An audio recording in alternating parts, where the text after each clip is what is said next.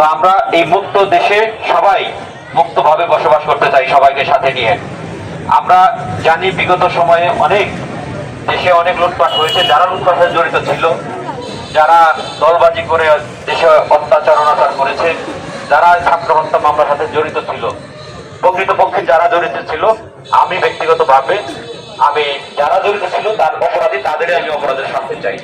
বাকি যারা আছেন তারা যেন আমাদের মতো বিনা কারণে কেউ বাড়িঘর থেকে পালিয়ে না থাকে, কেউ বিনা কারণে জেল না কাটে, মামলার আসামি না হয়।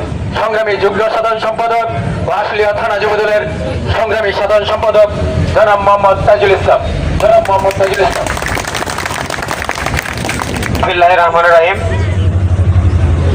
আজকের এই দোয়া মাহফিল ও ডাক্তার মোহাম্মদ সালাউদ্দিন বাবু ভাইয়ের নির্বাচনী প্রচারণা উঠান বৈঠকের সম্মানিত সভাপতি, এই এলাকার অত্যন্ত শ্রদ্ধেয় মুরব্বী জানখা, মঞ্চে উপবিষ্ট আছেন বিএনপি সহ অঙ্গ সংগঠন নেতৃবৃন্দ, সামনে উপবিষ্ট ছাত্র যুবক ও এলাকার মুরব্বীগণ, আসসালামু আলাইকুম। সময় খুবই সংকীর্ণ, নামাজের সময় সামনে। আমাদের মাঝে ইমাম সাহেব হুজুর আছেন, তিনি 1 মিনিট 2 মিনিট একটু দোয়া করবেন, আমি 3-4 মিনিট বক্তৃতা করব। সময় সংকীর্ণতার কারণে বক্তব্য আমরা সংক্ষিপ্ত করব। আপনারা জানেন, মোশাররফ বলেছে বিগত সময় সারা দেশটা একটা অবরুদ্ধ অবস্থায় ছিল, সেই অবরুদ্ধ অবস্থা থেকে দেশটা এখন কিন্তু মুক্ত। তো আমরা এই মুক্ত দেশে সবাই মুক্তভাবে বসবাস করতে চাই, সবাইকে সাথে নিয়ে।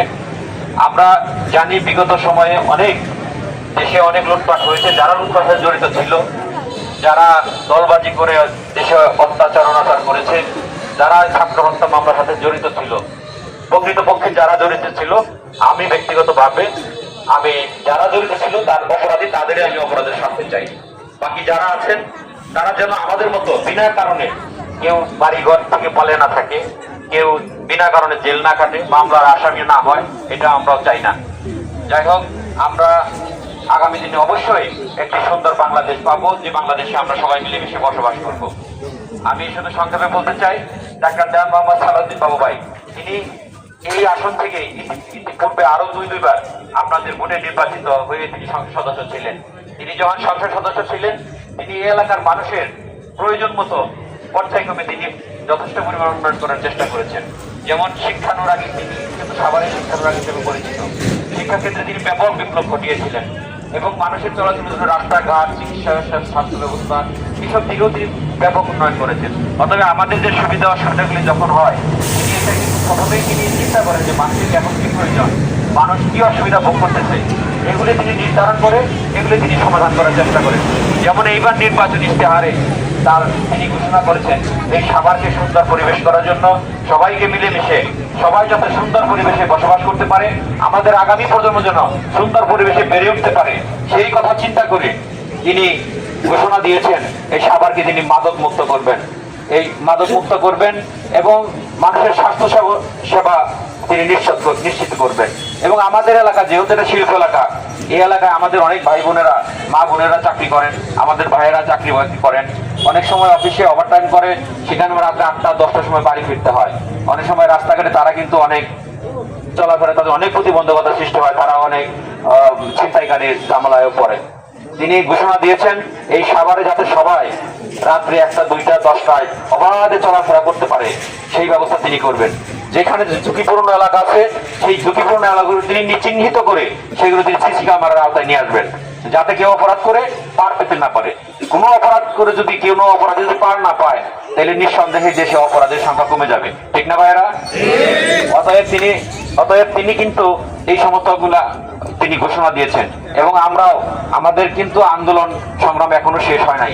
আমরা যতক্ষণ পর্যন্ত এই দেশকে, আমাদের এই সাভার আশুলিয়াকে আমরা যতক্ষণ পর্যন্ত মাদক মুক্ত, সন্ত্রাস মুক্ত, চাঁদাবাজ মুক্ত না করতে পারবো, ততক্ষণ আমাদের এই আন্দোলন অব্যাহত থাকবে। আমরা ফ্যাসিস্টদের বিরুদ্ধে আন্দোলন করেছি, এখন দুষ্কারীদের বিরুদ্ধে আমরা আন্দোলন করবো ডাক্তার মোহাম্মদ সালাউদ্দিন বাবুর নেতৃত্বে। অতএব এই সমস্ত কাজগুলি করতে গেলে অবশ্যই তার কিন্তু শক্তিশালী হওয়া দরকার, তার হাত শক্তিশালী হওয়া দরকার। অতএব আপনারা যদি তার হাতকে শক্তিশালী করেন, আমরা আশা করি আপনারা যদি আমাদেরকে সহযোগিতা করেন, আমরা বাবু ভাইয়ের পাশে আছি।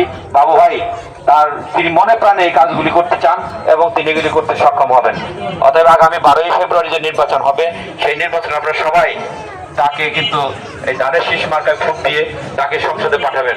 এবং তিনি সংসদে গেলে আমরা আশা করি, আমরা স্বপ্ন দেখি যে তিনি সংসদে গেলে এবার তিনি কিন্তু এই মন্ত্রী পরিষদে তার একটা জায়গা হবে, এটা আমাদের স্বপ্ন। অতএব তিনি মন্ত্রী হলে সবার আসলে আমাদের যে সমস্যাগুলি আছে, যে উন্নয়নগুলি আমাদের বাকি রয়ে গেছে, সেই উন্নয়নগুলি কিন্তু তিনি করতে সক্ষম হবেন এবং তিনি করবেন। আমরা আশা করি যে আপনারা, আমি সংক্ষিপ্ত সময়, আমার আরো কিছু বলার ছিল, যেহেতু সময় কম, আমি সংক্ষিপ্ত আকারে আমি বক্তব্য শেষ করবো। অতএব আমি শেষবারের মতো আপনাদের কাছে বিনীত অনুরোধ করি। আমি আরেকটা কথা বলতে চাই, আমি এই চারাবাগ 4 নং ওয়ার্ডের যারা জনগণ আছেন তাদের সুবিধা অসুবিধায় বাবার কাছে আমরা যাবো, আপনারা যাবেন। তিনি যদি দেখেন এই চারাবাগের মানুষ তাকে সর্বোচ্চ ভোট দিয়েছেন, এই গঙ্গমারির মানুষ, বাসাইদের মানুষ, 4 নং ওয়ার্ডের মানুষ তাকে সর্বোচ্চ ভোট দিয়েছেন, তখন তিনি কি মনে করবেন যে আমাকে সর্বোচ্চ ভালোবেসে তারা কিন্তু আমাকে সর্বোচ্চ ভোট দিয়েছে। অতএব তার মাথায়ও কিন্তু থাকবে যে এই এলাকার মানুষ আমাকে বেশি ভালোবাসে, এই এলাকার মানুষের পাশে আমি বেশি করে থাকবো এবং এই মানুষের এলাকার সুবিধা অসুবিধাগুলি আমি যত দ্রুত সম্ভব আমি সমাধান করব। অতএব এলাকার স্বার্থে, দেশের স্বার্থে, আমার আপনার ভবিষ্যৎ প্রজন্মের স্বার্থে আপনারা সবাই 12 তারিখে ডাক্তার জয় মোহাম্মদ সালাউদ্দিন বাবু ভাইকে বিজয়ী করবেন। একটা সুন্দর ফলাফল আমরা তাকে উপহার দিব। ইনশাল্লাহ সবাই ভোট দিবেন, ইনশাল্লাহ।